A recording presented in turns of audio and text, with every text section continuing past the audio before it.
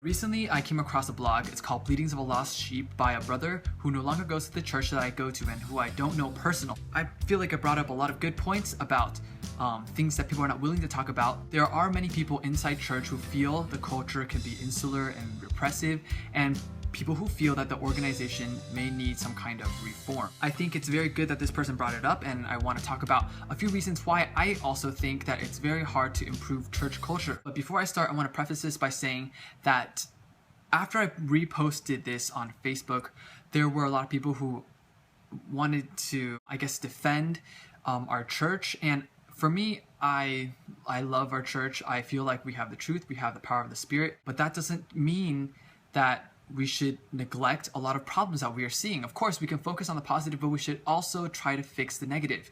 So number one reason I feel it's very hard to communicate critique that can help improve our church is a fear of stumbling. I think it's a very valid reason. People should be afraid to cause others to stumble, but it's almost to an extreme that we censor things too much, that we aren't conveying the truth.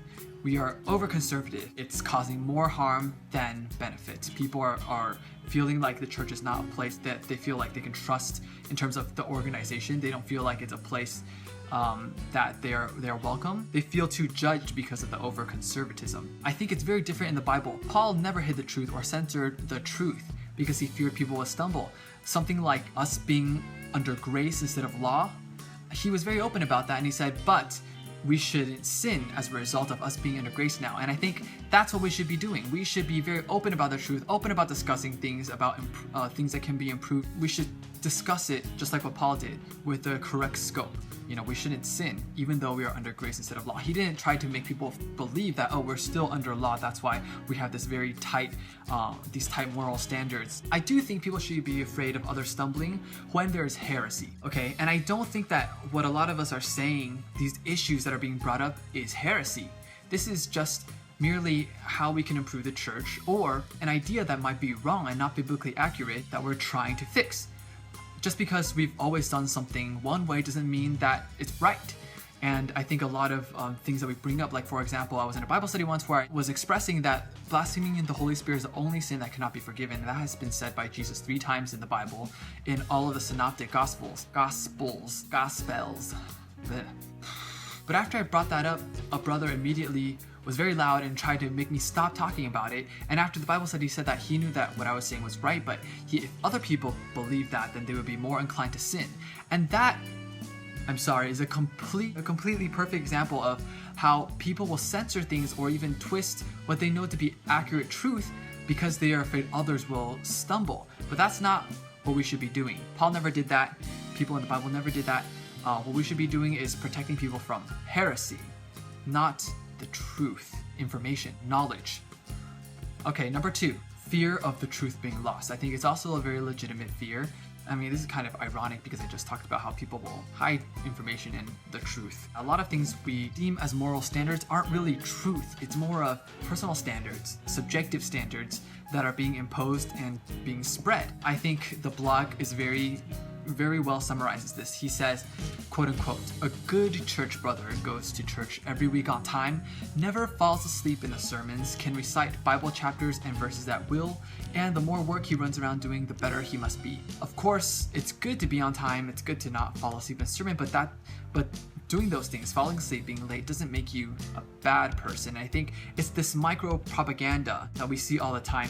There's testimonies of how Satan made people fall asleep, or people fell asleep themselves, that really labels certain behaviors that aren't really truth related to be bad and causes a very judgmental, over-conservative environment. This kind of environment is what causes people to potentially leave church. This is something that can be prevented, but nothing is being done about. 3rd, fear of judgment. We are afraid that people will judge us, especially for those who are leaders in church, for those who want to have a good reputation. They're afraid to be judged by others as a bad person, which is why they're afraid to critique. Because if you talk too much, then you're too proud. If you voice your opinion, then you're proud. Nobody wants to be labeled as a proud person. For me, I don't feel like having the right intentions when you critique something is wrong. And that's also very biblical. Look at Joshua and look at Caleb. They were very loud, to the point that they were tearing their clothes and shouting to the people about why they should have entered Canaan. But everybody still disagreed with them, and of course they still yielded to everybody's collective decision. And I think that's the way it should be. We should be voicing our opinions. We should not be afraid to voice our opinions, and we shouldn't be labeling people as proud for speaking their opinion. Of course, people who do speak their opinion, sometimes they are proud, but I don't think voicing your opinion means that you're proud. And of course, there's a Bible verse that says, before you point somebody else's speck in their eye, you should take out your plank. And of course, that's very true, but if we have the right intentions, I think it's very valid for us to objectively bring issues up for consideration to help everyone improve, even if you're not a perfect person, because nobody's perfect. And if nobody's perfect and nobody's willing to take the step to point something out because they don't want to be judged as a person who has a plank in their eye but is critiquing other people, then we're never going to improve. There's never going to be change, because every time someone brings something up, they're going to say, oh, you're not in a position to critique, or nobody is really in a position to critique. Oh, I guess people are in positions to critique if they are perfect and they have been in all of the possible situations and they did very well, etc., etc. But that, I don't think, is a good culture to promote.